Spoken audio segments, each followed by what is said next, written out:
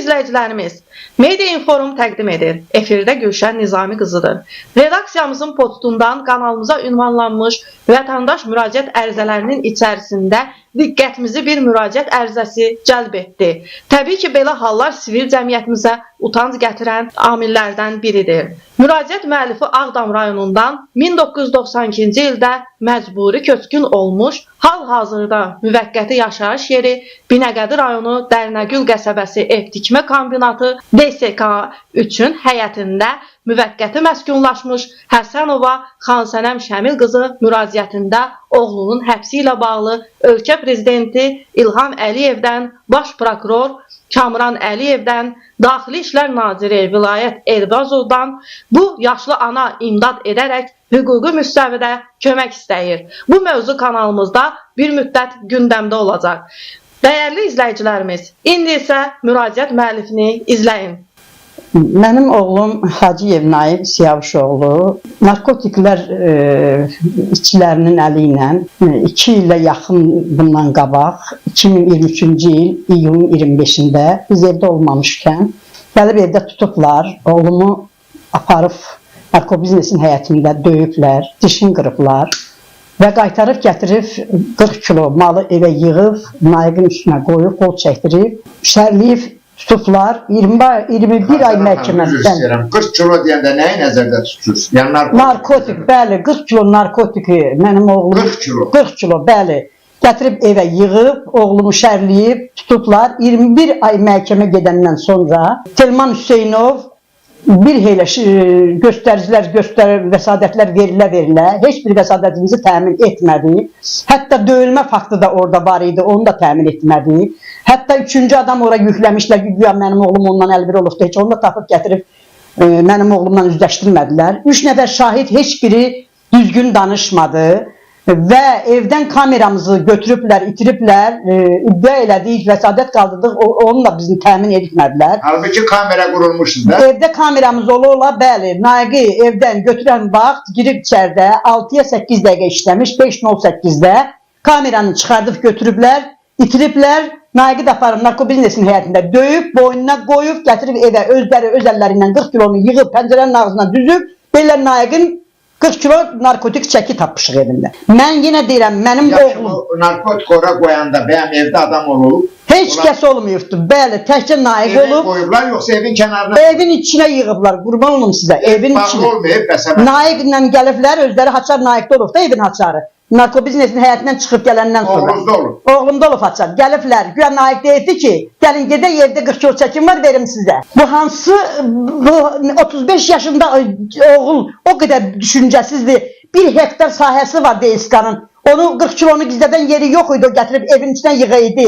Bununla gəlib tutanda görməmişlər ki, bu evin içində 40 kilo var. Aparıb döyəndən sonra qaytarıb gətirib görüblər evdə var bu.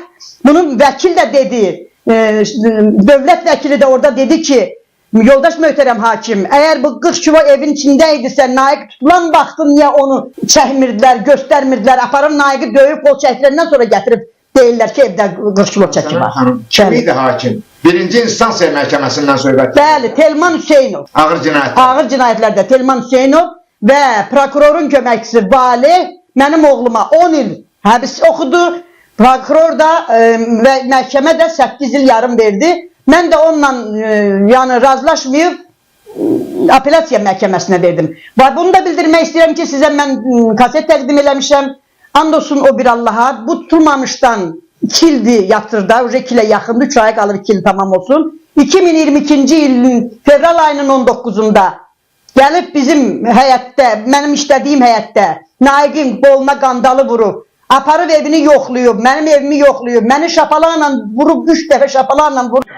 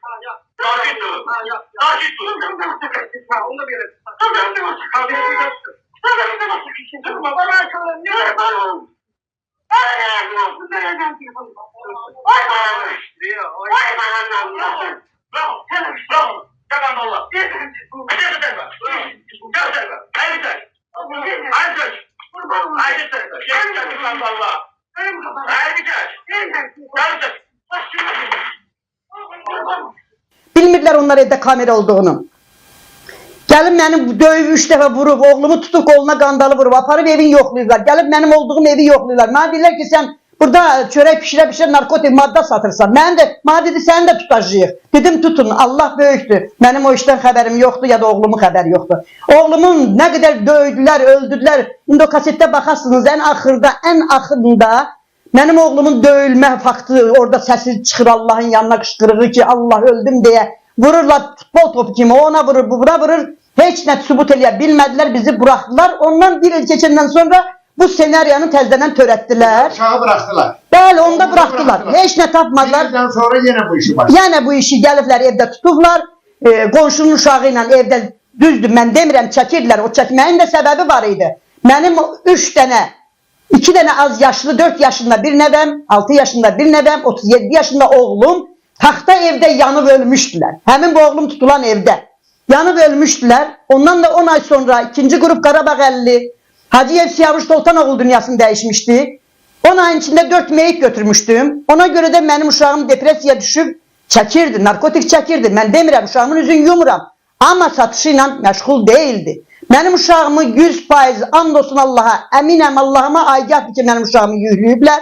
Mənim uşağım 21 aydır günahsız yatır və apellyasiya məhkəməsi də sanksiyanı qərarında qüvvəsində saxladı. Heç bir köməkdarlıq etmədi.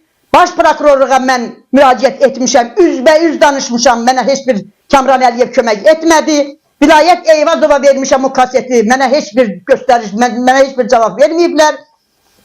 Fuad Ələskərova vermişəm, məhkəmə hüquqlar sədrinə göndərmişəm o kasetləri. Hər yerə yayımlamışam, YouTube kanallarında yayınlamışam, Facebook'ta yayınlamışam, heç bir köməklərim mənə dəymədi. Mən demirəm, uşağımı çəkən kimi tutsunlar və mənim evimdən götürülən video kaseti üzə çıxartsınlar. Təzədən istintaq aparılsın. Videomu çıxartsınlar, evin içindən götürülən o video ki, hədənib. Mənim oğlum həqiqətən o 40 onu evə yığıbdırsa, onu mənə sübut eləsinlər. Tutsunlar oğlumu, 20 il versinlər, ömürlük hədis versinlər. Razıyam. Mən oğlumu çıxardaram oğulluqdan. Heç ona oğul demərəm. Mənim oğlumda o olmuyubdur. Mənim oğlum mənə and içmişdir. Mənim oğlum 100 dəfə tövbə eləmişdi ki, ana çəkməyi də qutaracam, namaza qayıdacam. Qurban olum Allahın böyüklüyünə. Allah elədi, bəndə elədi, özləri elədi. Mənim uşağımı yükləyib soxdular içəri. İndi 22-ci aydır. Məhkəmə prosesi getdi. Mehriban Qarayevadan da razı deyiləm. Onun prokuror köməkçisi İrfanə Bayram qızı Bayramovadan da razı deyiləm. Heç biri obyektiv istintaq aparmadılar. Heç biri obyektiv qiymət vermədilər. Hüquqi qiymət verilmədi mənim işimə. Quru sərhədlər bağlı ola-ola bu 40 kilonu mənim oğlum hardan almışdı? Cibində bir qəpik pulu olmuyor-olmaya dövlət vəkili də, hətta orada birinci məhkəmədə, ağır cinayətlərdə dövlət vəkili də, mənim özümün tutduğum vəkilim də dedi ki, bu uşağın heç bir maddi imkanı olmuyor, altında maşını olmuyor, başqa yerdə villası ev eşiyi yoxdur. Bu o köməksiz bir evlad mənim gedib kotman vurub mən ona pul göndərirdim o sigaret pul eləsin. Özü gedib dəmir dümür yığıb əlləri bastı dəmir dümür yığıb satırdı ki uşağına baxsın. 2 az yaşlı balası, gənc ailəsi o 8 il yarımı mən anaya veriblər. Gənc ailəsinə veriblər. 2 az yaşlı körpəsinə veriblər. Mənim xahişim Mehriban Əliyevadan, İlham Əliyevdən artıq dərəcədə xahiş edirəm. Süresi çalınsırpaz yağlı bir ana kimi, yaralı bir ana kimi, 70 yaşlı bir ana kimi fəryadımı eşitsin, mənim uşağıma kömək eləsin, təzədən yenidən ibtidai istintaqa qaytarılsın, mənim uşağımın faktları üzə çıxsın. Bunu tələb edirəm.